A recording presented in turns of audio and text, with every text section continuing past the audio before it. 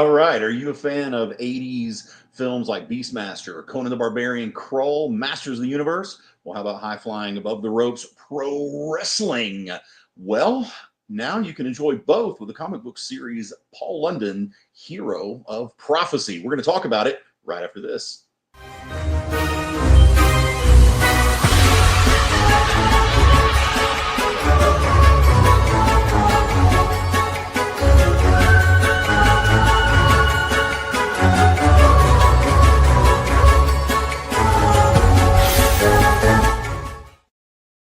All right, guys, welcome back to Writer versus Artist. It's not Welcome to Wonderland. Kyle assures me that he is working on an intro vid specifically for this show. Of course, we're only in like this is week 4, I think. Yeah. So week 4. So we're just getting going. Guys who have followed me over from Welcome to Wonderland, thank you for joining us. All of you folks tuning in on YouTube, Twitch, Instagram, all those places where we are broadcasting today, wherever you are, however you may be listening, thank you for making us part of your day. So we have got special guest today, Mr. Jonathan London.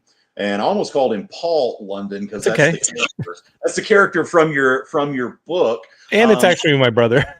So your brother's actually a pro wrestler.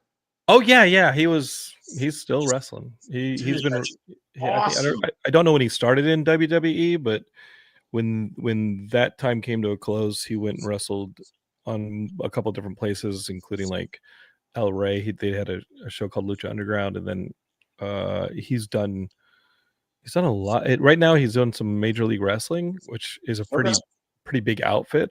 I went to see their show a couple months ago and was like, wow, it seems like everybody whose contract is up at WWE shows up at Major League Wrestling like the next week, because I was blown away by the talent that they had there, and the production was huge. And so awesome. Paul's been wrestling professionally for a little over 20 years, I think.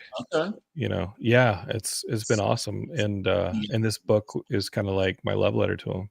Oh, that's awesome. Yeah, he must have started in the WWE sometime after probably 2008, because that's when I stopped watching.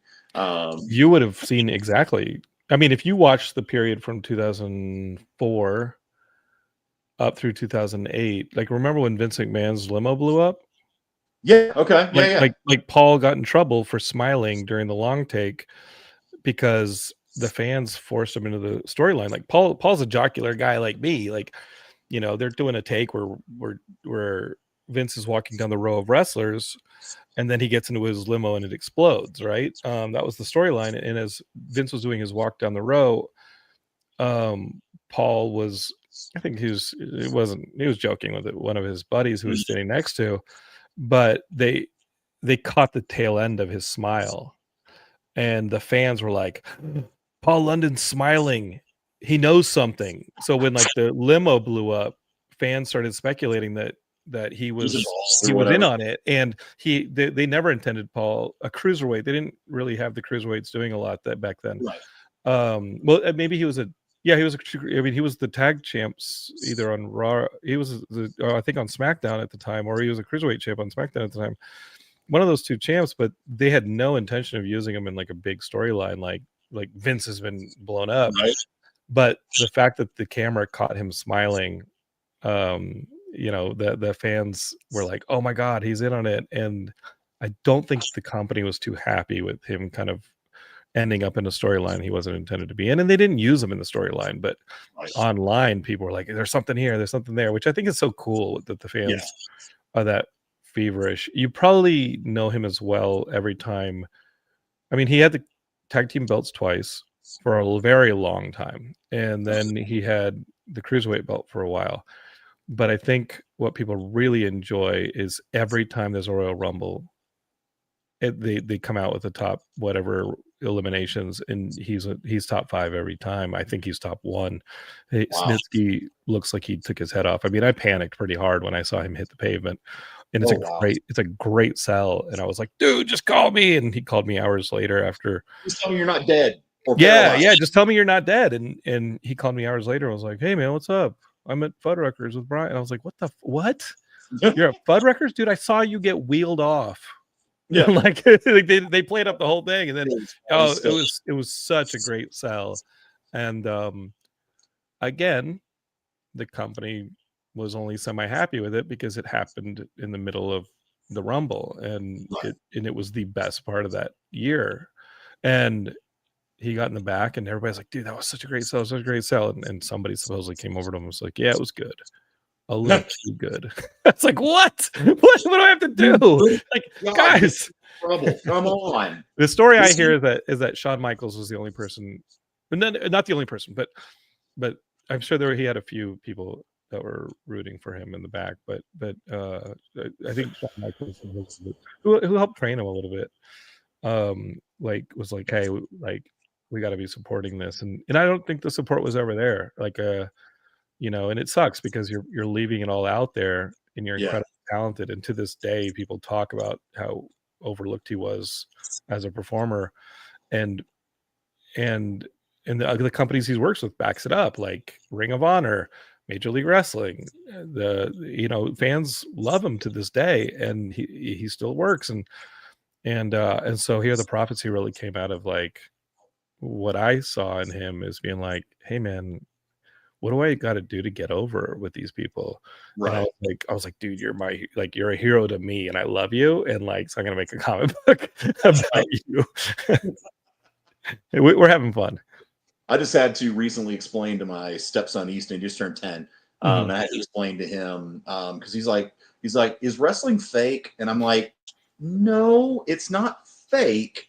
It's scripted. It's like Yeah. you go to see a play, or you go to see, a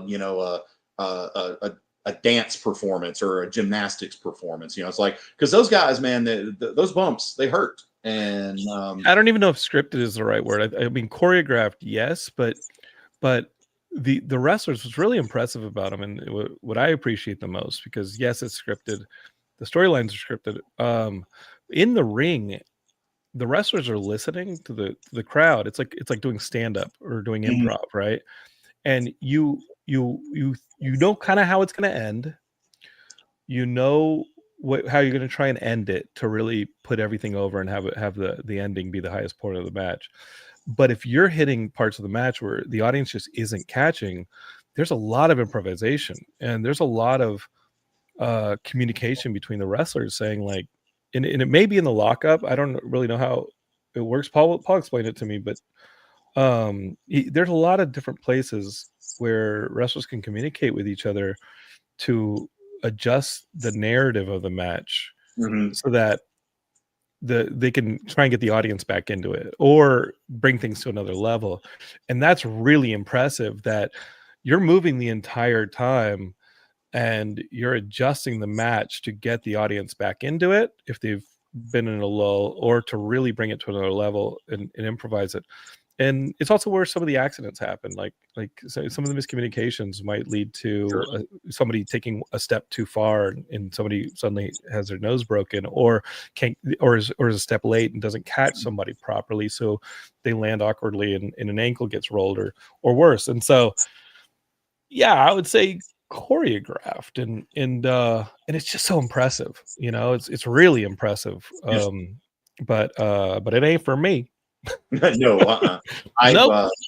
I did some ring. I worked in radio, and this wrestling promotion was coming through Wilmington, and they got me to do the ring announcing. And of course, I got to take a clothesline and a bump off the mat, and I'm like, damn, this actually hurts. I'm like, Yeah. there's no way I could do this all the time. It's not very padded, and it's like plywood stretched across Yeah, foam, and then on springs, and it just doesn't give as much as anybody would think. It's not a trampoline. Like, it doesn't give the way people think it would give. And doing that for 4 nights a week, and that with no off season, and then getting on a plane, getting in a rental car, getting in a hotel, and yes, just in constant movement, like it takes its toll, especially on the smaller guys like Paul. And yeah, I think it was cool for him to be on TV every week. I thought it was cool for him to hit that. It was super inspiring to see him just go after a goal like a dog with a bone. Like, there was nothing. Like, we tried. The whole family tried to be like, dude, like hang don't do this. on, like, don't do this. At least don't do it now, right? And he would not be deterred. Like, he just was so focused. It was his dream. So again, when things with WWE kind of went, it just showed that the relationship wasn't going to work out. They weren't going to buy in Right. to what he To was him. doing in the way that they did later for cruiserweights, right? Like, it wasn't long after that their cruiserweights started getting a lot of attention, and it's all Paul's friends, like Bryan Danielson and people like that, like, started getting a lot of attention. Right. And Paul came up with those guys, and it must have hurt to see, like, why not me, when the people you came up with, who you helped sell, you guys helped sell each other. You got handpicked first, but these people leapfrog, and it's also like the age of social media. Right. Like, nothing could, it's hard. It was hard for things to go viral back then because you couldn't instantly clip it and put it on Instagram. Things weren't even on YouTube that much, where you're just like, hey, check out these 3 minutes of the match. If you go back and watch Paul's clips, a lot of them are like 480p, like lower res and stuff like that. But good HD stuff, like, you weren't going to put it on TikTok. There was no TikTok and stuff like that. Yeah. So it just 2-3 years later, I feel like would have been boom. He would have been right there with those guys in that way that it went stratospheric. And it's okay. That's how life is. Yeah. It doesn't change who you are as a person. It's not a matter of your self-worth. But I definitely saw it as a hit, like emotionally. You're going to wrestle with that stuff. You're going to wrestle with those things. And I got worried. I was like, oh man, mental health might be taking a hit here. And we'd lost our older brother Daniel, a few years earlier, like 10 years earlier.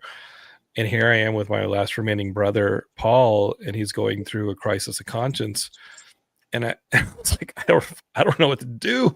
I don't know what to do. I don't know how to help him. I'm a writer, director, and a fledgling one who just moved to LA at that.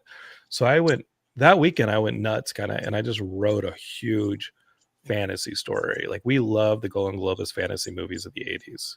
Okay. Like, not just Beastmaster, the worst stuff, like Deathstalker 2. And my apologies if you love that stuff. I love that stuff, but not a lot of people think it's good. I think it's badass. Deathstalker 2 has the greatest music of any of those movies, including probably the James Horner stuff. But we love Wizards of the Lost Kingdom. We love all that stuff. And I was like, okay, what if they saw wrestling, thought it was real, and they galaxy quested a wrestler to save them from an evil wizard? Because they're like seeing it and they're like, oh, look how the arena cheers for him. He's taking on 5 people. And they get sold on the kayfabe of wrestling. And they're like, he's the prophesied hero. He has to be. He's amazing. And he shows up, and it's like all the mistaken identity stuff that we love. Army of Darkness, Big Trouble Little China. He's like, what the hell are you talking about? I'm not doing anything. Send me home right now. I hate all you guys, and you're trying to get me killed.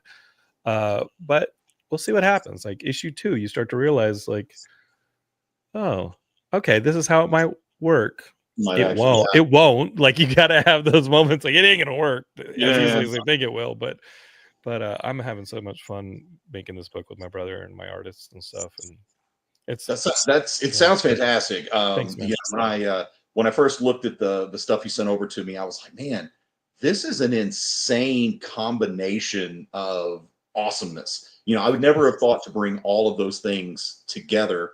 And then when you brought up the Galaxy Quest angle, I was like, oh man, now he's absolutely sold me. Because I think Galaxy Quest is one of the funniest movies of all time. Absolutely love Galaxy Quest, and I feel like it's getting its second kind of run, and then people are starting to realize what a great movie that was, how funny that movie was. And this is very much, I mean, I use it as a verb. I'm like, oh, my brother gets Galaxy. In all the pitches, my brother gets Galaxy Quested to an alien world. Like, every time. Everybody gets it. I mean, you get it immediately. Yeah. It's become a verb. Galaxy Quested now. The verb. I'm having fun. And again, this story was written as a screenplay. It wasn't sold for, I mean, we tried forever. We shot a sizzle with everybody. 2012, we shot like a bunch of stuff, and we shopped it around. People were like, oh, it's like John Carter on Mars. And we're just like, oh no, that doesn't help. As much as I love John Carter on Mars, it did not do well in the theater, and that's what people care about. And then marketed. And then people were like, oh, is John Cena in this?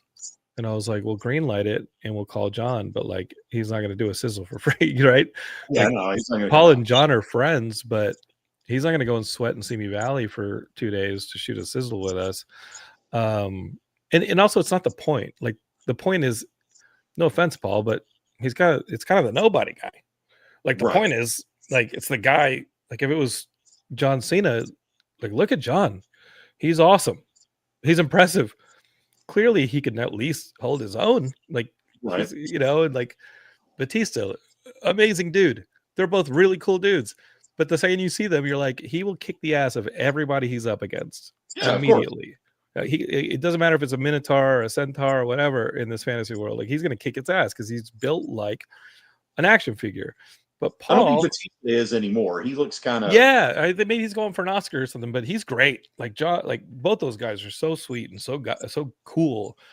But that's not really the point. The point is it's the guy nobody expected. It's Yeah. the dude who fell through the cracks. And that's kind of how I feel with Paul's career there.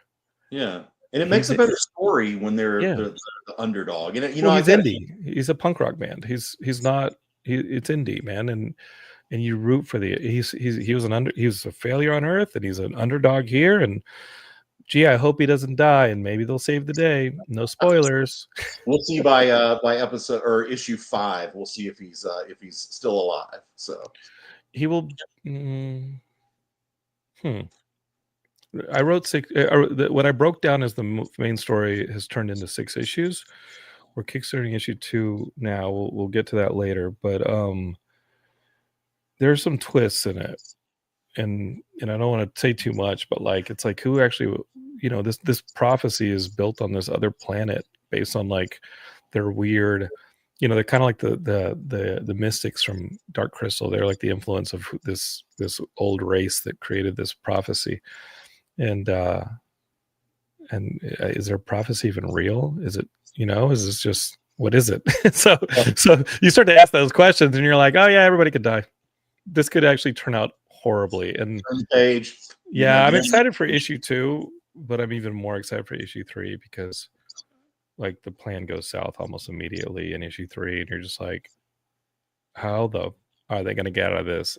And we got 3 issues to go, so I'm excited for issue 2 because I think it's a great solid story and it's a lot of fun and it really nails the crux of the whole thing and the way the introduction kind of just put it on the plate. Now people can eat. In issue 2 I feel like people are eating. In issue 3 you're like, uh-oh, this meal is more than I thought it was. Like issue 3 goes Empire Strikes Back pretty fast. Oh wow, okay. Man, you're dropping all kinds of little nuggets here that are just making like story's been with me for 15 years. That's awesome. Yeah, you said you're also a screenwriter. Yeah, correct? This was a screenplay first. Yeah. Okay, and so it's amazing to me. So that's where I started. Of course, small scale, nothing. Obviously, I'm not. I've never written an Oscar-winning script. But the writers that we've had on the show, it's very common that they also have the kind of a foot in screenwriting and a foot in comics. Because what I've always said is writing a comic book script has much more in common with writing a screenplay than it does with writing a prose novel. Would you agree with that? Yeah, but like the directing really kicked in as well. Like when I'm writing a screenplay, whether I'm going to aim to direct it or not, like in the back of my head, I tell like would you tell Martin Scorsese where to put a camera?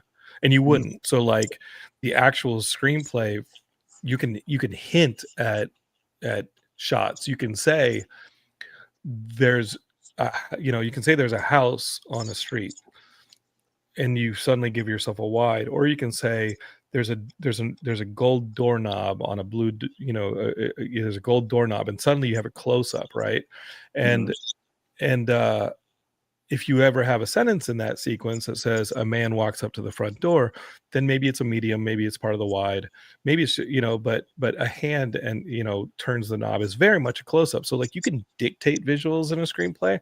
And I think to a degree you should, but you definitely, I think is a faux pas that most people will agree with is like, if you start being like, unless you're going to direct the damn thing, or you're one of these, if you're like, one of the tours or something, putting like a close up, or you see, like putting like extreme close up or wide or stuff like that. Like, maybe you want to do a POV, maybe, but that stuff should all those visuals should be implied. When you get to comics, you're shot listing at the same time. Like for me, I find it a little more arduous to do a comic than a screenplay, because I have to pace it a little more strictly, and I have to be like, okay, like where are the page turns, which are my even pages, which are my odd pages. Once if I get to like 4 panels, I really need to start being like, hey, careful, bro, you don't want 5-6 panels on this page unless you can help it. Where are the places I'm going to let my artists just rock and roll? Mm-hmm. How am I going to pace out a double page spread so that my artist loves me and has some play, in the book, and some investment in the book? And so that stuff all has to be mathed out, and it's mathed out not in a narrative sense, it's mathed out almost in a mechanical sense in a comic, and I don't find that entirely satisfying. Mm-hmm. That being said, it's a way it can ring out the magic. That being said, you get that back when you start getting pages back, and you're like, oh shit, that's cool. I love that. And so they're not the same. And I do feel like it feels like, as much as it's screenwriting, it's also shot listing and storyboarding without the visuals. So the outline becomes even more important than in a screenplay. In a screenplay, you can kind of do like an outline where you're like, okay, it's 3 acts. Let's break the 3 acts down, and maybe you get to like the sequence approach, which is one that I use, where you take those 3 acts and you turn it into 8 sequences. And if you stick kind of strictly to the sequences, you've got yourself a pretty nice 3-act structure, with the rises and the falls kind of where you need them, and the dramatic things where you need them. But as you get to writing that stuff and getting to the full screenplay, it's probably best to just let that stuff dissolve and just be like, okay, now let's just tell the story. We have the structure pretty much in place. Now let's just get loose and tell the story a bit. And I allow myself to do that so that it doesn't become like a strict screenplay. And I think strict screenplay, Disney, Pixar, they do it beautifully, incredibly. I can't do that. Not without a team, not without years like of just mechanics and stuff like that. Like, it's really hard to do that, and they do it brilliantly. But doing a story that's like emotional and fun and has the set pieces satisfying and stuff like that, you got to let it flow a little. In comics, the flow is just chopped. It's just chopped, and you're dependent a bit on your relationship with the artist, which is what this show is about. Like, how are you going to do the math? Are you giving them enough to invest in the book and create? Are you even doing it right as a writer? Like, I'm not an artist. I don't even thumbnail my comics unless I don't know. I mean, I can thumbnail. I can't use stick figures. And I do storyboard. I do my own storyboards, but my storyboards are literally like exactly what you just described. Yeah, so when Cult of Dracula came out, and 2 seconds talk about my side, I hate. You can talk about whatever it's your show, brother. I hate it when the host talks about their shit, because it's about you. But this don't listen to Geekscape then. So we're talking with Cult of Dracula when it came out. We were talking to Lucio Prio. We got Carla Cohen to do a cover. We were trying to get Lucio to do one as well. And we're discussing it with him. I'm on a messenger chat with him, and trying to explain what I want. And he's like, "Well, can you just sketch it out for me?" And I'm like, "I can, but it's terrible. I can't." I told him, I was like, "I can't even draw stick figures." And he's like, "Oh, come on, it's not going to be that bad." And I'm like, "Okay, here I am. I'm doing this for one of the most prominent variant cover artists in the business, who I adore his work, and I want to work with his soon to be wife Carla." And I'm like, I'm doing this. I'm sending him this god awful little stick figure thing. And so I send it over to him, and you see the little 3 dots come up. He's typing, and it's for another minute, and it's typing and typing and typing, and it's typing and typing and typing, and then I get, "Oh," that was it. Just, "Oh." So And I was like, I told you it was going to be terrible. This ain't on me, pal. You were warned. You knew what you were getting here. What I love is that time with the 3 dots was probably spent in he's Italian, some level of like translation. Yeah. And all he came up with was, oh, he Yeah. probably wrote out like a whole book that would have crushed your soul. It was probably so insulting. And then he just goes, he's on an That's artist. exactly what I pictured in my head. Oh. I was like, he's typing. He's like, no, I don't want to be that mean. So click. Oh, no, I shouldn't say that. What do I say? Yeah. Google Translate probably had a little paperclip guy show up and be like, I see you're about to crush a soul. Are you sure you want to continue with this? Do you need help castrating this man? Right. But hey, you know what? I got a great story that I can tell when, over drinks, when I'm like 80 and that old pathetic guy who's hanging out in the bar at 2 p.m. on Tuesday. I can yeah, one time I was insulted by Lucio Furio. I go to like, if I need like corrections and stuff like that, like I'll go to I'll just do like a Google image search, or I'll go to like some like a freeware site or something like that, and I'll try and do it.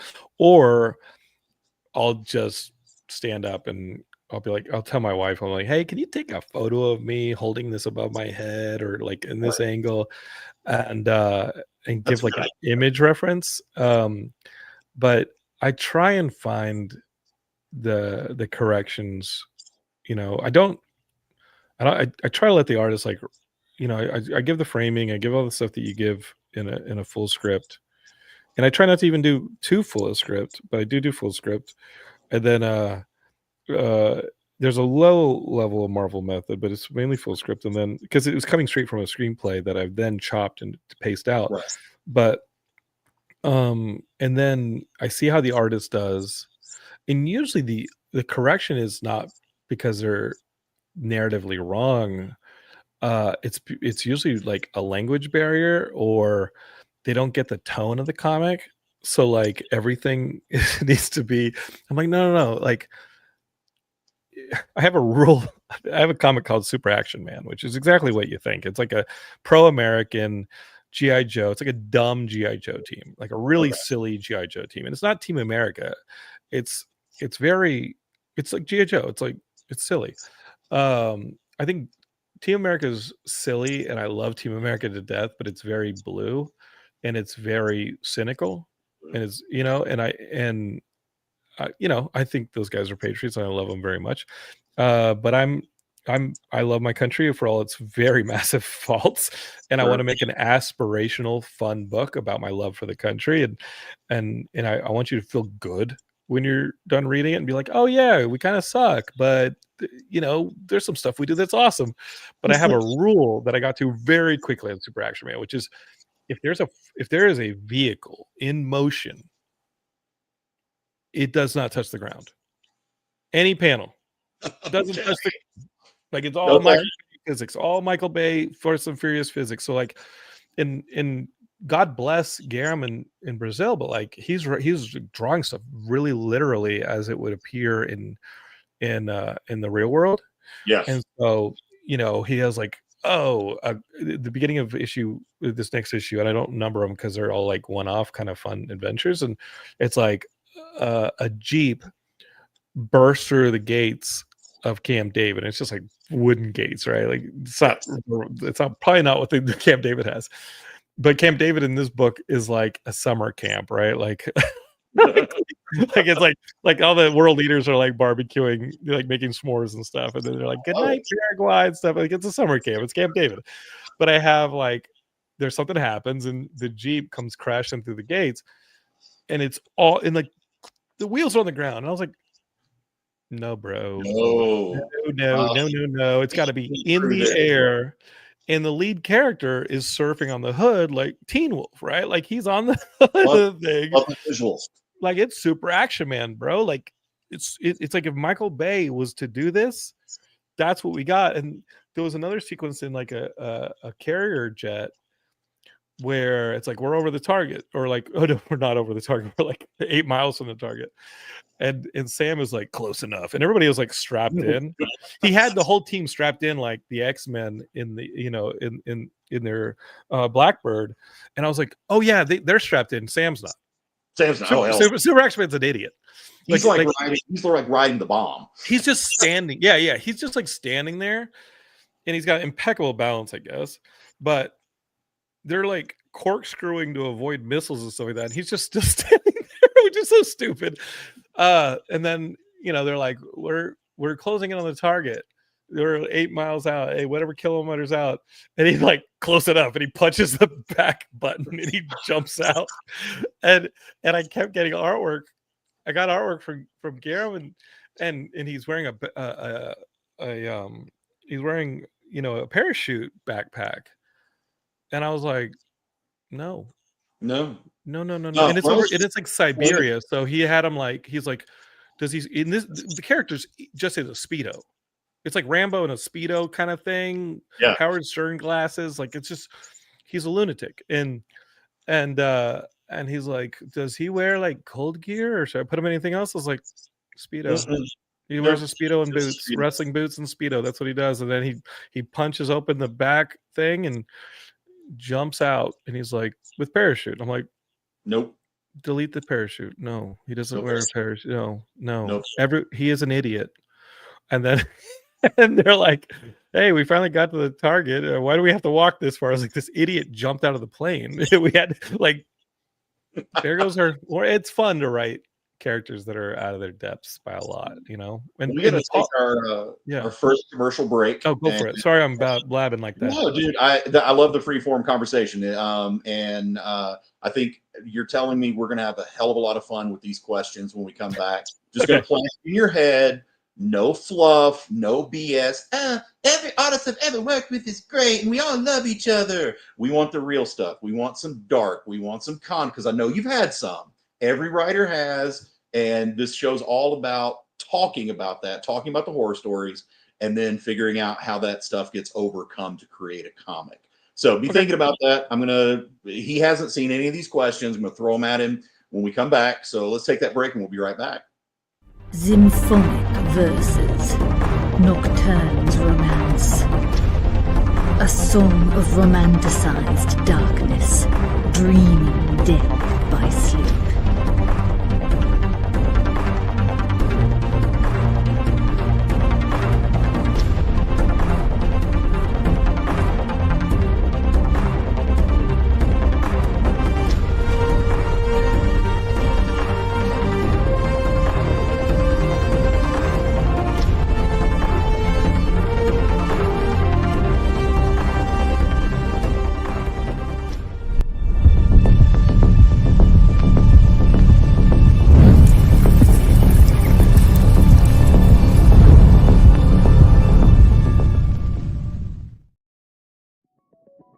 FOC, a comic industry term for the final day a new comic can be ordered by a local comic shop. So, what does that mean to you? Well, it's your last chance to order a new comic book from your local comic shop.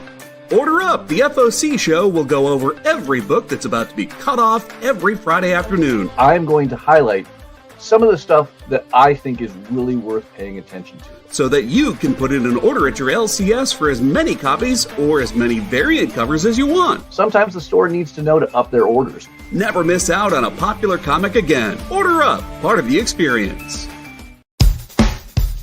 Download our app on Google Play and the App Store. It's so simple, even my mommy can use it.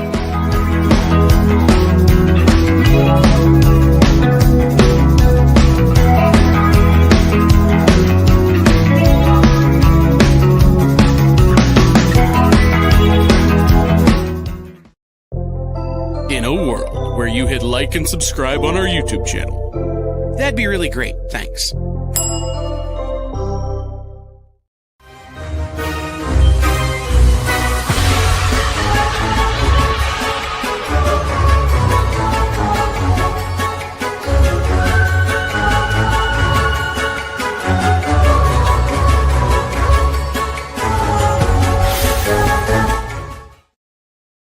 All right, guys, welcome back to Writer versus Artist. I'm your host, Rich Davis. If you're just joining us in this segment, I see Mr. Nope and I see SF and Eddie. How you guys doing out there? Good to see you. Thanks for coming over and joining us, and all you guys out there listening or watching, even if you got us on in the background while you do your I don't know, push-ups or whatever. Thank you for putting us on. And I know you can do more push-ups. All right, guys. Like, first off, do it. Be super action man. Let's do some burpees. All right. Clap at the No, top, drop to a push-up. Let's do that. And you can throw in a backflip. I'd be super impressed. Video or it doesn't count. If they do that, they might be coming after your brother's job. They do all that. Good. He'll stay home. He'll hang with me more. All right. You won't have to travel so much. What is the most unfair pay situation you've personally experienced with an artist? Wait, like what do you mean? Like they asked for too much? You tell me. Like I didn't. I mean, I didn't. I just didn't go with those people because I couldn't afford them, and I love them to death. But if someone, let's just keep in mind, like I sold a couple hundred plus of Super Action. We got close to, of Hear the Prophecy 1, where we sold like 1,000 of those. You do the math backwards, and it cost me a little under $250 to print each issue, and then you end up with let's say you sell them, right? Then you're really just making $250 an issue. We're working with a profit of not a whole lot and an expenditure of quite a bit. So comics are losing. Really the goal is to get to a trade or something, but it's like a real losing proposition financially. And at best you can break even. And we broke even after rewards and everything. We did a little better than break even on issue 1, but that stuff just goes into issue number 2 on Hear the Prophecy. So when we lost Marcelo from issue number 1 to issue number 2, and now we're with Tom, like I was looking for new artists, and some of them were like, hey man, I'll do it, but it's going to be $300 a page. And that's great. I hope they make $300 a page. I really do. But I can't pay it with those margins. And my buddy Tony Fleece was like, you need to learn to draw, Jonathan. I was like, easy for you to say, because Tony is awesome and he's incredibly prolific, and I'm excited for everything he's doing. But he spent years on books for IDW, and I think he was on My Little Pony and stuff like that. And those are licensed. Like I got paid to do the licensed Miami Vice, and it was awesome to do it. I don't know how much my artist got paid. I know what I got paid. It wasn't a lot, but I was just super happy to be writing comics for the first time and getting paid for it. But it couldn't have been a lot of money. But that being said, the one thing that is like all of my artists, when I pay them, sadly, they're not in the States. Like they're not paying state rent. They're not paying state health insurance. Like they're in other countries. And that's because I can't pay hundreds of dollars a page. I would love to. And I've been quoted hundreds of dollars a page. And I'm not saying you ain't worth that. I can't. But are they worth it? Some are amazing, but no, some aren't. No, some of them aren't. I'm like, no, dude, like I love that for you. I love that for you. But like, where do you get off, dog? I don't, it's like, I just go back to my partner, George Callert, and I go, hey man, I met with that dude. I thought it was cool. Like we all love his artwork, but what the fuck? I don't reach out to artists that aren't worth it. Like, what do you like? Why would you talk to that? Like, no offense, but like, why would you talk to that person?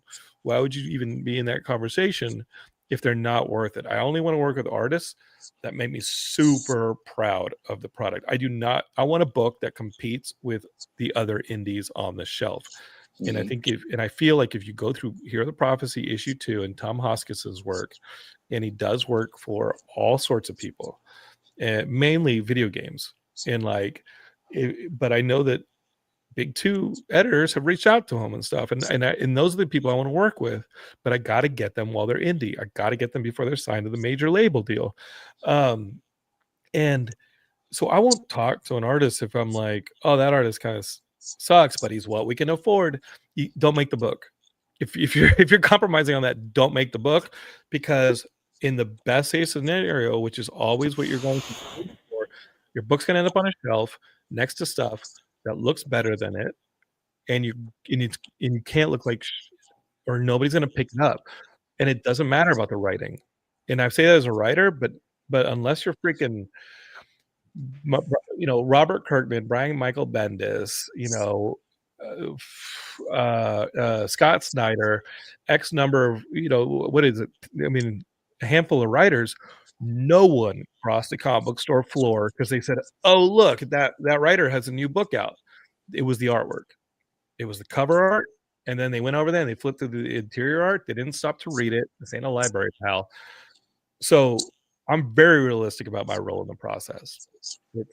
I write the stuff and they draw it. But if I'm not, are you being realistic? Because you may not want to hear this, but like, I won't effing talk to an artist if they're not good, because I have to compete with artists that are good. So I won't even talk to them. And if I can't afford them, then I can't afford them, and I got to go cheaper. But we have a comfortable price point where these books are making their money back, and enough for starting to get the pages of the next issue. And really, it's just a race to get to the trade, so you won't have to pay too much more to print these things and sell them at a higher price point. That's the strategy. Does it work? Hell no. It's probably still like hard as fuck. But what else are you gonna do with your life? What else are you gonna do? Tell your damn stories. What else are you gonna do? Yeah, I've definitely got off the phone and been like, he's high. Love him. I'm a talent. He's a talent, but he's high as fuck. Do you actually value your role in creating the comic? Because otherwise they're gonna probably tell some stupid shit. Yeah, because what do they have to? What does the artist have to draw without your story? Listen, I'll go to bat for Tom Hoskinson because he makes my story better. Like, he draws little story. Like, if you watch a one-panel storyline, and I'd love to throw up one page, but it'd be a spoiler. But there's a bar fight at the end of issue 2, and he had to do this bar fight in really 3 pages, but majority of it is on 1 page, and it's told roughly amongst 4 or 5 panels. And what I love about it is we have 3 main characters. We have my brother Paul, we have Finnegan, little owl wizard, and we have Shitara, who's really the only fighter on the squad. And she's kind of she kind of shares she's kind of the majority of that page where she's just kicking people's ass and doing stuff. And my brother's really kind of hiding because he's a wrestler. He's just trying to stay alive so he can take credit for doing everything at the end of the day. Like, oh, look how great this white guy is, that's the gist of it, right? Like, she's a woman. She can't raise an army because she's a woman. Little owl guy, he's kind of a minority, can't raise the army after him. So they need this white savior character, my brother, to do it, but he can't fight. He's the one who's least powerful. So they really have to kayfabe him and prop him up to raise their army so they can have a chance. That's the gist of the first 2 issues. And really why a wrestler is probably perfect for this role, you find out. Yeah. But he'll put these little storylines in those 4 or 5 panels where, like, someone's coming at my brother in the background. And then the next sequences, you see the main fight continue in the background. My brother's wrestling with somebody or like hiding under a table, and it'll progress. And so he's giving me 3 little stories on 1 page. He's giving me the A storyline that I asked for, and then he's drawing a B storyline for my brother and a C storyline for Finnegan, and he's writing that stuff. And he's just making it up as like little gifts to me. And that stuff is badass. He's a good writer. That being said, we've had our conversations about like the script and whether or not it's overly complicated or he's not getting some of it. And I put my foot down a little bit and said, hey man, like, I'm simplifying things because Tom's a really good writer. There have been other writers where they're like, I don't get it. And I have to be like, trust me, too bad, write it. Just trust me, too bad, draw it. Like, just trust me. And I'm not going to let you look like an idiot. If you F up, or you're not getting it, language barrier is a big part of this. Big time, sometimes. I will give you massive story. Like, we are not going to move on until it works. This isn't a Marvel book. This isn't a DC book. We don't have to hit a street date. We're not finished until you get it. And I'm sorry if you have to do 4 outlines, and I've apologized to artists like, hey man, I'm sorry, this isn't right. Like, go back to 1. Back to one until even in the outline, the emotion of the statue, like you can tell if someone is brave, you can tell if somebody is depressed, you can tell if somebody is defeated, you can tell if somebody is hurt. If the stance isn't right on the outline, I don't trust that when you pencil the thing, you're going to get it right there. I don't want you to correct that stuff in the pencils. Make it better in the pencils. So, guys, if you're just joining us, welcome to Writer versus Artist. I'm your host, Rich Davis. Les is not here today. He is under the weather, so you have to put up with me the whole time. And so we have our guest here, Jonathan London, talking about his new book, Hero Prophecy #2, The Pro Wrestling Fantasy is back. So if you guys are unfamiliar with the format, because I know this is our only our 4th show, what we do is we bring writers on and artists on, and we get them to talk shit about each other, honestly. So Jonathan, as a writer, of course, I'm firing the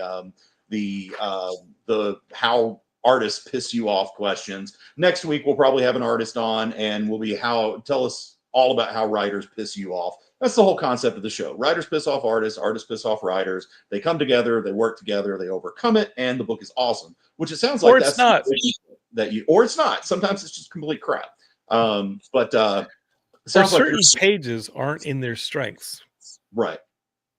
Which is tough to discover.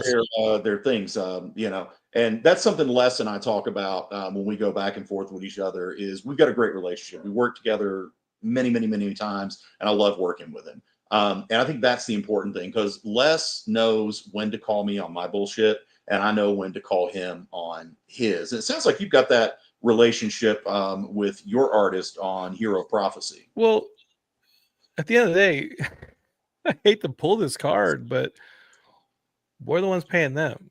Exactly. Like I'm not in a partnership. I'm not in a co-owner. There's my wife Heidi. Hi, sweetie.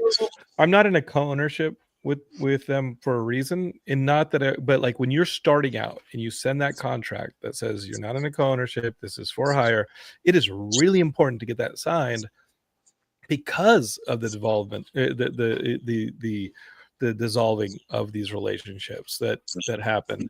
And yeah, there have been 1 or 2 instances where I've been like, yeah, don't we're paying you, so yes, just do it. And I hate doing that, but it has happened. And my relationship, Marcelo, he's very sweet. He just recently sent me a real sweet message, and he said, I'm sorry for the way I acted at the end of issue #1. He didn't want to continue on the book with me. How did he act? Well, we pay within 24 hours of invoice, which is psychotic. But I want people to want to work with me. And there's also a time difference in other countries.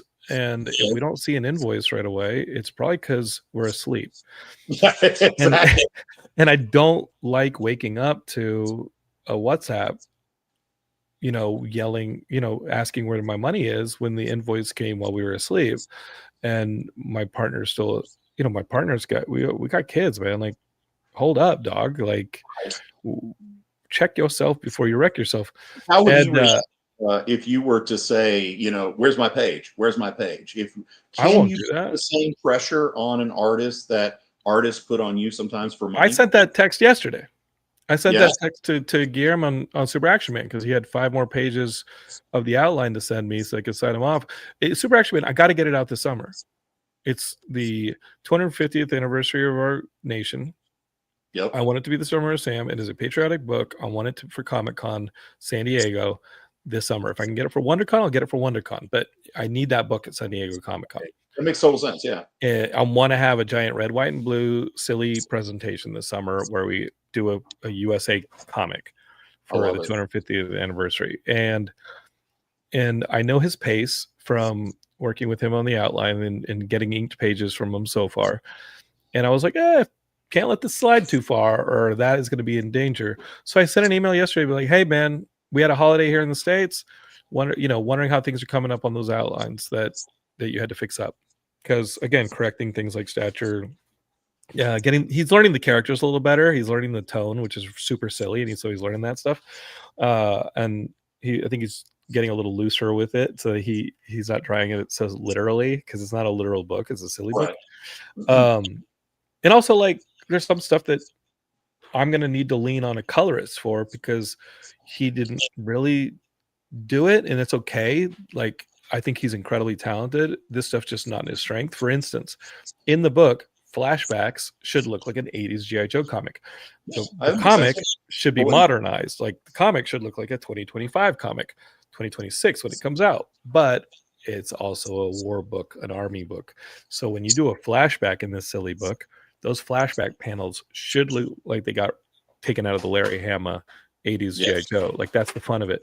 I've learned in trying to like really push on him that it's not his strength. He has his style. I love his style. But for those panels, I'm going to have to instruct the colorist to do like an 80s, print dot style to try and get that 80s out of it. And I'm going to have to be cool with that because, we're not paying them hundreds and hundreds of dollars per page, and we're getting the book we get. We're getting a really effing cool book, but that stuff's going to have to go to the colorist, and it'll have to be decided Somebody there. else can come and fix it, basically, or support, compensate for his weakness. It's a compensation. Like in no offense, Guillermo, like you're killing it on the book.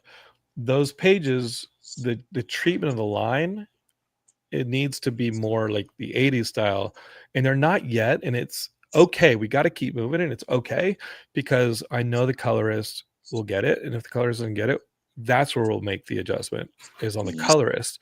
Because if I have the artist do it, they're at a little bit of a higher page rate than the colorist is. So I can have a colorist swing and miss, and it won't be as costly as replacing an artist. Right? Replacing an artist can be expensive. Bringing somebody in and then paying them a page rate to do a swing and a miss. No, I'll have the colorist do it. I love the colorists. I mean, the colorists, we had Vittorio Stone doing Hear the Prophecy 1 and 2, and he does Canto over at Dark Horse. He's doing some amazing books, and he really just brings the pencils to another level. And I love Tom Hoskins' stuff, but there's a page with like, it's penciled in, but there's a lot of, we went over it on Geekscape like 2 weeks ago, me and Tom, where I'm looking at this page and it's like a whole town in a swamp on sticks, and like Tom's drawing all this stuff he did not need to draw, and then Vittorio's going another level and going crazy on it, or like Tom will draw like a few sheets of rain coming down, and Vittorio will go in and like add even more in the color separations, and I'm like, dude, you guys are making my book even better. And I love that stuff, but pay is always the place where I'm like, nope, gotta draw the line, sorry. No, you have to. This isn't a relationship, dude. You're not in charge. I hate to tell you this. You're not in charge. It's a work for hire. For better or worse. I don't know. I'm not the smartest dude in the world. So you said something earlier that I wanted to get back to. Now, obviously, the artist that you mentioned who told you to learn to draw. Oh no, that's Tony Fleece. He said if you want to do this cheaper, you got to learn to draw. And I was like, so and I'm I'm too old for that. How would an artist react? Because you do hear similar things. Artists often say that to you. We can't afford to pay me. You should learn to draw yourself. So how would an artist react if you said something like, well, you should learn to write yourself? Excluding the Todd McFarlanes, who, the people we hate because they can do everything. I don't hate those guys. I think that those guys kind of, and I'm not necessarily going to be like, oh, they can do everything, because I read some of them comics. I'll tell you this though, like Joker Batman from Silvestri is one of the most impressive things I've ever fucking seen. It is so great and it's so impressive. But I think there was a danger somewhere in those those early 90s when you started losing some of those writers to some of those really impressive artists, and they weren't all great writers. And I think that those artists have learned that because they've got scripters now. And they can be story all they want, but and they're really good at story, but they all have scripters for the most part. Some of them have, and they had scripters then, which is cool, and I'm into that. I don't want an artist to start writing because I'm going to write the damn book. I'm going to write the book, so I won't tell. Why would I? I don't. Rich, why would I tell that to somebody? So this is more of a situation where you're sitting at a bar and you're deciding that with your okay, you're sitting at a A cafe, Diet Coke, and I'm like, having let me your tell you having Grizzle's story from the Four Colored Funnies. yeah, and you're getting at just you're kind of sniping back and forth with each other. Sure. So here's another question. But Rich, the answer to that question goes back to what I said about the comic shop. Nobody's crossing the comic store and picking up my comic for me. They're doing it for the artist that I hired. And I don't mean to like cuck myself out like that, but no one's going to pick up a copy of, unless it's for Paul, like they're a wrestling fan or something like that. Yeah. But unless they're friends, unless they're supporting the campaign on social media because I've been pushing it a lot and they know me and Paul through some relationship, they might click the link and be like, hey, but Tom's art selling the book. Tom's the one who's like, if that book was drawn like crap, they're not buying it. If Marcelo couldn't do acting the way he did in issue number 1, if he couldn't do these really great stuff, if Vittorio's art, like art, if his colors hadn't been on point like they were, they'd be like, cool, the London Boys made a book and it looks like crap. Because I know guys I love who are friends of mine who wrote their comics, and some of those comics are damn good, but they skimped on the art. And I think the book is bad because they skimped on the art. Like, and I've told that to them. I've been like, dude, I think your writing's amazing. Can we find a price point or a strategy for bringing that book over to Geekscape, but we have to do the art from ground up? And they get sensitive about the relationship with the artist. I think the artists they shouldn't work. But I know why they made the comic. They made the comic because they thought that was their only option, was to make the comic with the artist they had, and the artist they had was stunk. But I've told those writers, I was like, dude, the writing is awesome on this, but this art makes my eyes effing bleed, and you got to ditch this. You got to redo this. You got to redo it. Another common thing that we talk about in here, and I ask every writer this, and I ask every artist it from the different angle. So great art brings the reader in to pick up issue 1. Great writing keeps them there for issues 2 through 5. Agreed. Okay. So here's another one. Damn, we weren't supposed to agree on that so quickly. Well, I mean, it's not a table, it's not a coffee table book. It's a 4-colored floppy. Like it's I can't even keep them out. My daughters will destroy them. Like it's not like a coffee table book. It's a comic book. And the writing better be damn good. Or you have to be David Finch, who also had like Kirkman doing his stuff. Like you got to be David freaking Finch, or so you got to be somebody incredible for the story to be awful and for somebody to keep coming back. So, and yeah, we agree. Yeah, I've found writers know they can't draw. Do artists know they can't write? I don't know, man. That's such a broad generality. I think it has to be, because that's what we're getting into, the conflicts. I think a lot of them can, if they're good artists. And this is a semantic. It might be a semantic, but I think if they're good artists and they know composition, then they know story. They know where the lighting should be. They know where the drama is. They're good storytellers in that sense. Maybe they don't have the words. Maybe they don't have the narrative. Maybe they don't have the twists, but on a compositional narrative level, they're superior to me. I'm not freaking Dickens, but I don't know, man. I think there's people who are like, no, there's a lot of trash out there, man. Like there's a lot of bad comics out there. I don't mean to sling mud, but like I go to the store every week and I see it's what made me want to make my comics. And I'm going to sound like the most full of up his ass person ever, but it's why I wanted to start making comics. Cause I go to the store, I see what's on those shelves. And I think, especially issue number 2, I think my books can compete. Mm-hmm. And I don't just think my books can compete, but I think there's entire publishers that my little indie book made from Geekscape, self-published, trounces. Like, and I'm like, I mean, there are publishers where I'm like, what is that? Right. What is that? If you hadn't had panties on the main cover, if you hadn't had a girl in bra and panties on the front cover, you wouldn't have sold any of those. And at this point, you know who you are, because there's so many people just writing on porn covers that I'm like, I won't even look at your book, man. And when I started Kickstarter, you get about 5-10 of those people coming out wanting to help you with their Kickstarter because they've had successful Kickstarters. But you've had successful Kickstarters not because of any talent on your own, but because you had titties on the front cover of your book. Books, yeah. And it's not real.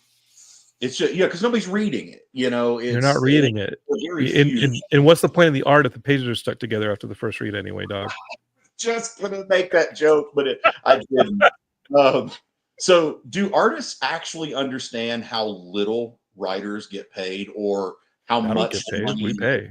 Exactly. Yeah, that was what I was getting to. How much you actually lose on creating a comic? Yeah, I think they do. And I've had, I think our manga cover, which is our variant for issue 2, is amazing, and that is an unknown, for the most part, artist. She's got tons of followers on Instagram because of her manga art, but she's an unknown artist for the most part in the comics world. She's she's still a college student, and she did give me a high number when I asked her if she could do a variant cover. She gave me a number that was close to 1,000. Art school? What's that? Is she in art school? I don't know. But I mean, it wasn't 1,000. It was a couple hundred less than that, but it was definitely more than I could pay for a variant cover from an artist that isn't going to push. No offense, they're not going to push sales. They're a cover that I want, but not a cover that I need to move issues. Right? Like they're not Jay Lee, right? I don't even know what that would cost. I don't even write those people, and maybe that's a disadvantage for me. But like I'm gonna have to pick your brain, dude, because I do not write popular variant artists because I don't even think I can afford them, so I don't even try. But here I have this artist, and she's amazing. But I just told her, and I broke it down. I said, "Hey, this is what the first issue did on Kickstarter. This is what the reality is of it. This is how many we're probably going to move. So knowing that this is a percentage from those results that I can send you in it, it's this number." And and to her credit, she's like, and I said, nobody in comics knows you, but I want them to. And she said, I'll take it. For that reason, I'll take it. Because you go through my social media, I put issue 1 in everybody's hands. Jim Lee got a copy. Silvestri got a copy. Liefeld got a copy. People at Marvel got a copy. People at DC got copies. Image writers, everybody at Image, a ton of people at Image with Image books got. I put through Geekscape and all that stuff. I put the book in people's hands as a glorified ash can because I just want to show it. I'm super proud of issue 1. I'm even more proud of issue 2. And if you work with me, the book is going to get into people's hands. Whether or not they love it as much as I do, probably not. But maybe you're something above the money. Yeah, I mean, at $2.50 a printed copy, you can afford to give some out to try and make some work for yourself, right? Like I want to be hired as a writer. Maybe they want to be hired as an artist. I'll help you make those opportunities, but work with me a little bit on your cost. Because I'm going to try and get this into their hands. I'm going to have a 10 by 10 at San Diego, and I'm going to send in just like the last book. I'm going to give it to Brian K. Vaughan as he walks past. Just like the last book, Brian K. Vaughan. I showed him an page from issue 2, and I said, "This is my saga page because there's a character people really like, and I'm not nice to him in issue 2." All right, let's off the bat in issue 2, it's like, oh shit. And it's like, yeah, that's my saga page. And I told him, I said, this is my saga page. And as I sat down to write it, I said, I need like a saga page, like something that like is mean to get people to be like, oh, nothing's safe here. Cool. Enjoy. So my wife doesn't like that page at all. Moving off of pay. Let's see.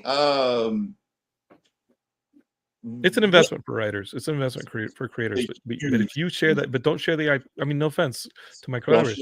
Don't share the IP because we're film people. Our goal is still film. Our goal is still the stuff that pays a little better. I had a similar situation working with an artist who initially we negotiated a page rate. And in the beginning I offered because I knew I didn't have a lot of money at the time. And so, I told him, I was like, you got 2 options. I can pay you your page rate, or I can pay you a lower page rate and give you a percentage of the IP. He rightfully so, because I was nobody. Not I mean, hell, still nobody really. But he had no idea Culture Dracula was going to explode and do what it did. So he took the page rate. But then after issue 1 sold what it sold, he came back and he was like, he wanted to renegotiate, and he wanted that percentage. And I'm like, nah, dude, you had the chance. You could have George Lucas, and you could have taken the percentage of the merchandise and the toy sales, but you didn't. You wanted the fast pay. And he did it. We ultimately didn't end up ever working. We never worked together again because he just couldn't get it through his head the risk that I was taking, or that the writer takes. And for the artist, it's page pay, page pay, page pay, page pay. For the writer, you may never get paid, and if you do get paid, it's going to be 6 months, a year, 2 years later. So do you think? I guess the way to phrase the question is, or have you ever had that situation? Has an artist ever tried to come back and renegotiate or hold you hostage? No, but I'll tell you what I would do if anything got optioned to film. The only reason that it would get optioned to film from a comic book, the art has a lot to do with it. The tone that they set has a lot to do with it, but they don't own the IP. They're not a part of the IP, but I'll tell you who I'll go to bat for the second we go to TV or we go to film. The first person I'll go to bat for is Tom Hoskisson. The first person I'll tell them to come in as part of the development and part of the production team, Tom Hoskisson, my artist. That's the first name out. You still wouldn't give him a piece of the IP. You try to get him a job working on the production. Well, I mean, no offense to anybody's indie book, but what the hell are you going to renegotiate? A couple $100?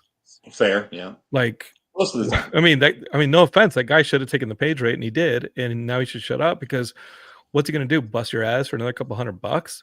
Yeah. Chill, dude. Like, chill. Like it's a couple. Like, what? No offense.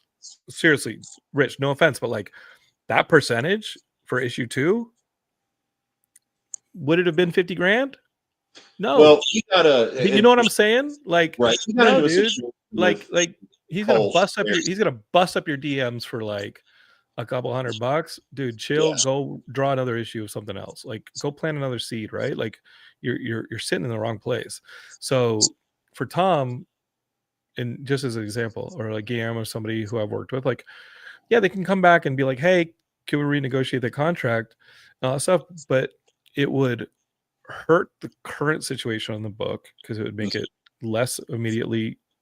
The return would be much harder to do the next issue with. A bit harder to make the next issue with if we're taking pieces of the pie from the current one. But it's also like a couple $100, and yeah, so I'll just for the most part in indie comics, it's a couple $100, maybe a few thousand at most. Comics just do not sell right now. It's insane, but this is in Marvel and DC, it's the same. Like, these are IP generators. Mm-hmm. Not everything's absolute Batman, man. Not everything is. This is an IP generation, character generation game for a bigger medium. And the Marvel Disney pipeline, the DC Warner Brothers pipeline, they are actively creating IP for those bigger mediums. With Image, Boom, IDW, they all have agencies, Hollywood agencies. They are creating stuff to develop into TV shows, into film. That is the brass ring. And so you can't kill the book, and you can't kill the baby in its crib on an indie book. You wait till it's a teenager, wait till it gets a little bit to Hollywood, and then negotiate there. And like, but is it fair? I know it's good faith, but like, straight up, again, and I would go, and my lawyer knows this. My Hollywood lawyer, he knows all my properties, and he's like, yeah, I'm okay. You know that, like, the second, like, FX would be like, hey, let's make this fantasy show. I'd be like, great. Like, it'd be much better with Tom Hoskisson in it. You're a lot nicer than I would be. I'm not. I've just been in it a long time, and the truth is, the comics industry and the film industry aren't that big. And if you start doing that stuff, and I've been guilty of some of it in the past, like, much younger Jonathan was not cool. He wasn't a total piece of garbage, but I got burned a lot. And that Rolodex ain't going anywhere. Like, I remember every single one of those faces and names. I remember every single person and who was mean. I'm not talking about the people who are like, oh, this isn't for us. Not talking about the people who passed on the idea. I'm not talking about those people who did it for business. I'm talking about people who straight up effed you. I'm not forgetting that. Like, I'm not forgetting that. And when I do that to other people, I don't expect them to forget me. And comics is small. Movies are small. These are small industries, and they're actively shrinking because of stuff like AI. So you can't be like that. And so it's not that I'm nicer than you. You're probably great. It's that I need to survive. And when they're picking us off one at a time and eliminating us and sending us back to our hometowns from LA to go do whatever the hell we can do to survive because the studios dried up and stopped looking at comics because they wanted to go AI or this and that, like, then the only thing I have is that artist. Mm-hmm. The only thing I have to go back at bat with another IP is that artist. Because does that make sense? Like, I gotta look out for his ass because someone's looking to replace Tom with AI down the road. Would Tom look out for you in that same way? What's that? Would Tom look out for you in that same way? Hell yeah, or I'll dig a hole through the damn planet and go to Perth, Australia and start feeding him to some fucking... Hell yeah. See, that comes down to the relationship that you have. No, he's great, man. We finish each other's sentences like... but if you give me any gruff, I'm paying you. Like, you give me gruff and I got to move on, man. I'm not doing this to stress myself out.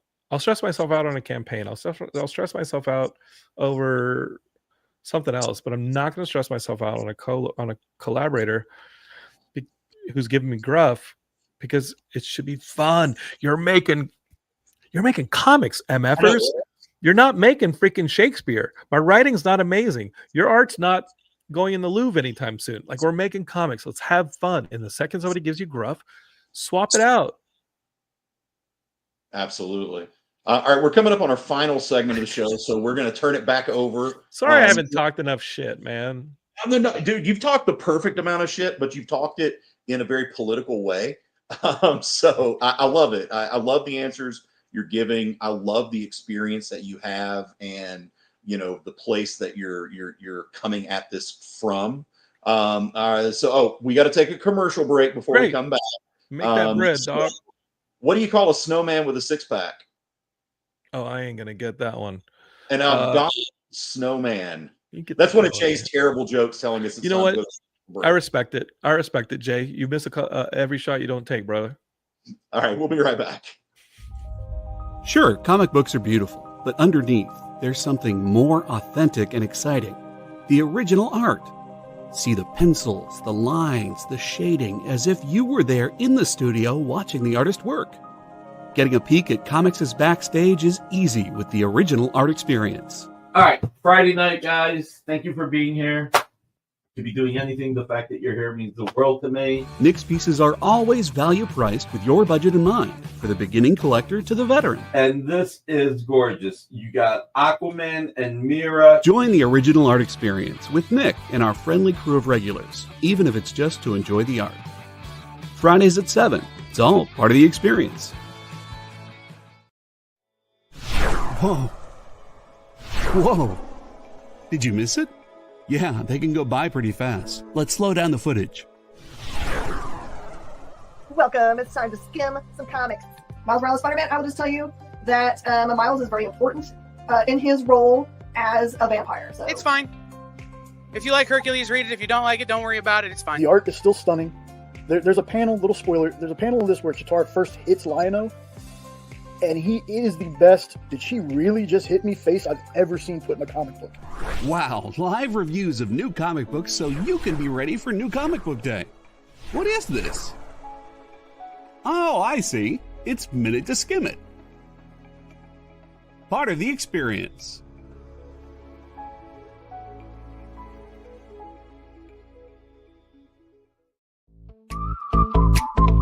We know you probably get a lot of emails, but could you please make sure to sign up for our mailing list? We don't send a lot of emails, and we try not to bother you. We just want to give you the best information about all the cool stuff that's going on around here. Sign up on our website, theexplive.com.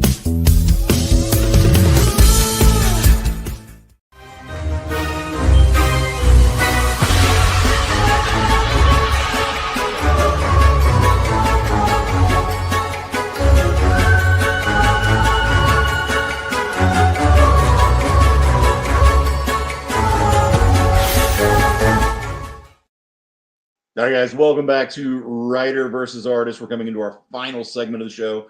Absolutely enjoyed having Jonathan London on the show. He's got a Kickstarter going for issue 2 of his incredible series, Hero of the Prophecy #2. It's a pro wrestling fantasy, which he says is a love letter to his brother. So, guys, I'll be honest with you. I didn't do Hero of Prophecy #1. I wasn't aware of it. I'll send to you. Please do, and I'm gonna back. #2 because you got me, man. I mean, you got me on this. I'm loving everything you've told me, and I'm looking at the Kickstarter right now, the things, and I'm like, you're right. The art is beautiful, and the way you're telling the story to me, I think it's. I have very high hopes and high expectations for it, man. So I hope I stick to landing for you because this story means a lot to me. Like time is not your friend. You know what I mean? Like, and as a writer, you really just you don't have a lot of chances to put your stories out there. And I just found myself, and Super Action Man's the same. Like I found myself really only wanting to sit down, and writing is not, it ain't laying brick, but it is time consuming. It's arduous, and you will wake up at 4 a.m. with ideas in your head, and you'll be psychotic. It will make you crazy. Knowing that, about 10 years ago, I realized I really only want to write love letters. Like this is a love letter to Paul. Sam is a love letter to a country that I feel has really lost its way in the United States. And I'm not being like all blatant about it and being like, well, here's the solution to the United States. It's a core, hopeful, all-inclusive team G.I. Joe book. It gets fun and it's exciting. And it's what you would picture if you were a 5-year-old and you pictured what America should be, except a grown-ass man is writing it. Like with so little time that we have on this planet, there's so much tribalism and so many people being cynical and angry. And man, I've had my times in those steps, but you can't dwell there, and stories bring me out of it, and they have to be love letters. They have to be things that are about my daughter, about my father, about the people in my life, my wife or my friends. I love the tier, and I'm so thankful for friends or people I don't know who've bought the tier where they get drawn into the issue. And I told Tom straight up, I was like, they're getting 3 or 4 panels. Like, I ain't doing that. I'm not doing that crap tier where somebody pays $300 to be in a book and he's the guy in the green shirt in the crowd shot. Doesn't even look like them. Like, I think that is theft straight up. So if you're like people I know, like they're getting lines in the book. Like they're getting like they have narratives, and they don't know this, and maybe they'll watch the show and they'll figure it out. But like there's a final battle, obviously, in issue 6, and like we're gonna need an army. Like most of those MFers are coming back. Like most of those people who like paid for it, and I'm the worst businessman in the world, but those people who paid for like that tier where they get drawn into issue 2 or 3, they're part of this storyline now, and like they have lines. And when we have a full assault on the evil wizard's castle in the final issue, this and that, like I'm like, oh yeah, let's bring that guy back, and he can do that, and he can do this, and oh, that's funny. But in issue 2, I will say that there was a backer where one of the panels got really packed. And it's a cool panel, but it got really packed, and she ended up with the situation of being that person in the background. So she doesn't know this, but I'm gonna write a note. When I send her issue 2, I'm just gonna write her and be like, hey, you're on this page and you're in a crowd shot, and then the other people in the crowd shot who are backers got showcased action. You don't get to show. You're in issue 3 free of charge. Like, that's awesome. Like, you're such a nice guy. It's not that. It's like this comic only gets paid for with them. Right. You have to have them. if she's like, I'm in this comic, and she sends it to 5 of her friends, and they're like, no, you're not. And she's like, no, it's that person in the background. Like, what is that? That does not help me at all. If she sends that to 5 of her friends and she's like, I'm in this comic, they can be like, oh, I want to be in the comic too. And then they come in there in the next one, and you've just multiplied your backing. Yes, I'm a nice guy, but it's a business decision too. Like, I effing hate it when people do that crap. I hate it when people do the crowd shot thing and they're like, well, it's the same hair color as you. And I'm like, what is that? What are you talking about? You rip me off. But no, you know what? You're absolutely right. It's like you get their money. You can get their money once, or treat them like crap, or you can do them right and get their money 6 times or 12 times or 10 times. And they're so happy. They're so excited. They're in a comic and they have fun. And they're bringing it home Thanksgiving. Look, I'm famous. I'm in this comic, and like and ideally it's a good comic and not a piece of garbage. That's on me. Hero Prophecy is a good comic, and I'm excited about Super Action Man. I am too. Yeah, I mean, so your goal is to get this at San Diego Comic-Con. 30-page issue. It'll happen. Guillermo's great, and it'll happen. I don't want to do what happened just now with Hear the Prophecy issue 2, where I wanted to do a Kickstarter in September, but this Kickstarter that you guys are seeing at heartheprophecy.com, that's a tough time to do a Kickstarter, and it came for several reasons. At that point, we had a real success with issue 1 and kickstarted it in 4 days. That was awesome. It felt great. I knew that if we delayed too long in the 2025 and got into the holidays, that it was going to be a slugfest to kickstart issue 2. And it wasn't Tom's fault. It wasn't anybody's real fault. Other than like getting the book lettered, making sure the book is 100% done before you kickstart, because the one thing I definitely don't want to do is wait 3 months to get the book in people's hands. I want them to kickstart it. I want their credit card to get charged at the end of the Kickstarter, and then I want them to get the book within a month. So I knew that it was going to be really, like, I had to finish the book. That put me in an October window, and then early November window after that. And that's just tough, man. People are looking at their holiday travel. They're looking at buying gifts. The economy isn't doing what it is.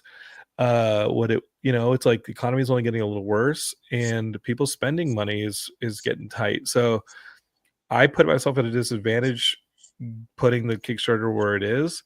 I appreciate everybody who is listening to this or who wants to go check out the Kickstarter, or at least share it.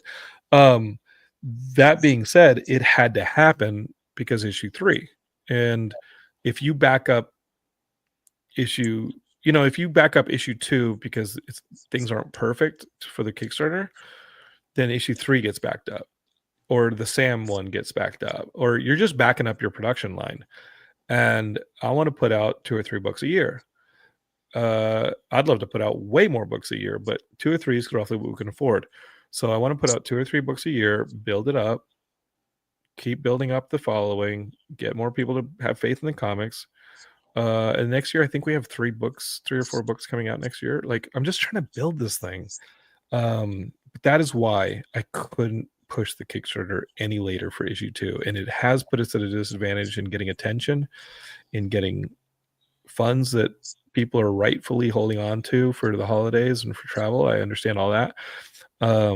But it had to happen. And if this one barely covers its costs or loses a little bit of money, ideally we can find a more fortuitous time to launch the next one, and it can make up the difference. Or, again, we're just trying to get through 6 issues, get our trade, drop it on Jim Lee's desk, and then drop it on, get it to Robert Kirkman and be like, yo, Kirks. I don't call him Robert. Hey, I met him a few times. He's so nice. Like, both those guys are so freaking nice. I bought Jim Lee a Starbucks at Comic-Con 2 years ago or so. I just saw him sitting in line, and I was like, yo, Jim, we got some mutual friends. What are you doing, like, in that line at San Diego Convention Center at Comic-Con in the middle of a Saturday or Friday? It was like, you got better places to do running DC Comics. And so I motioned him, and I was like, Jim, what is your order?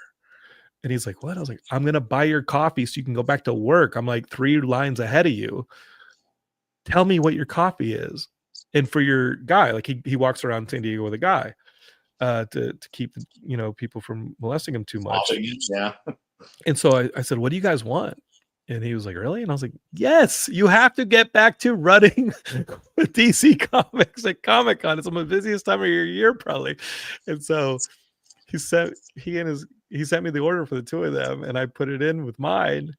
And then we took a nice shot of the three of us like holding up our coffees. I was like, "Back to work, Jim." All I asked was for a photo holding up our coffees. Back to work, Jim. And every time I've met him, he really is a nice guy. Everybody should be nice, man. If you're not nice, the industry's too small, dude. When a couple years ago at San Diego, I got to do the YouTube live show with Miss Jen and Jim Lee. So I was on talking about my book, which was Prometheus and Chains at the time. That's so cool. And Jim was the next guest, and so I'm on there, and my what a lead-in! That's crazy. And so Tiffany, my girlfriend's sitting in the green room or whatever back there, just waiting.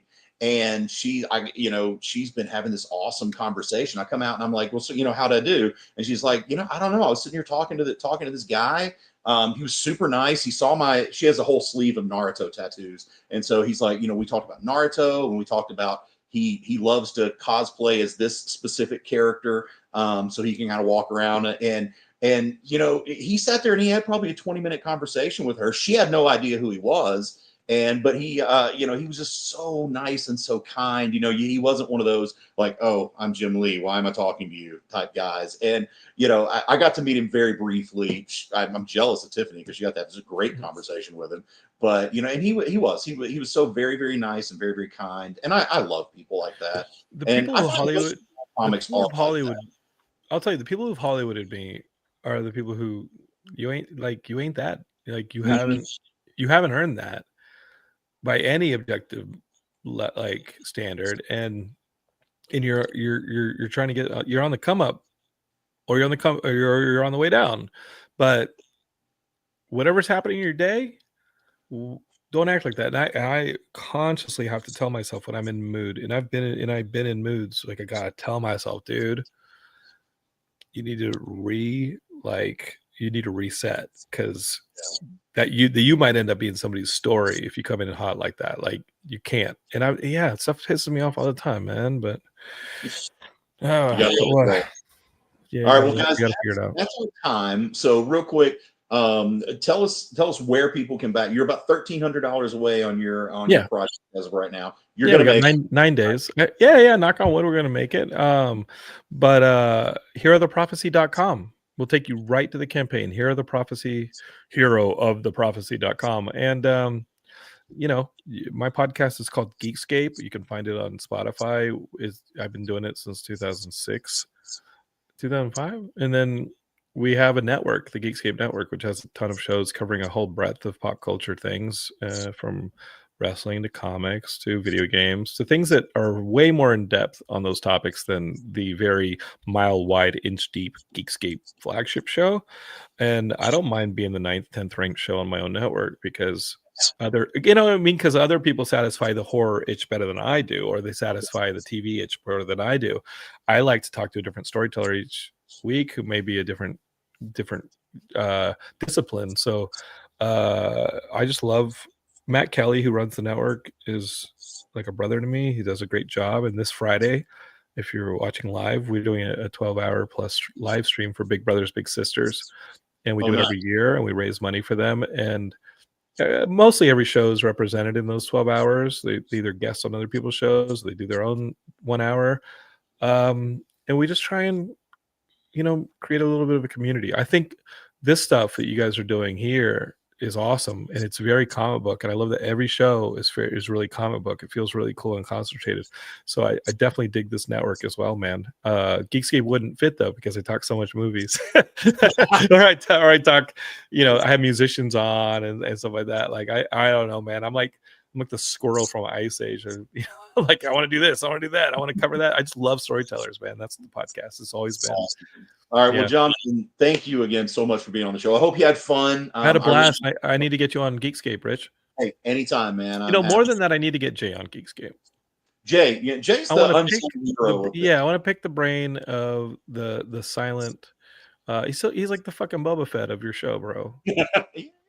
Yeah, he is. I like I gotta that. get him on. We love you, Jay. Thank you for everything, and dude, Rich, thank you for everything. Absolutely. And guys, most importantly, thank you for tuning in. My name is Rich Davis. That is Jonathan London. This has been Writer versus Artist. We'll be back next Tuesday with another special guest. And Les, my partner in crime, will be back. Hopefully he'll be feeling much better. But guys, thank you, and stay tuned for the next show.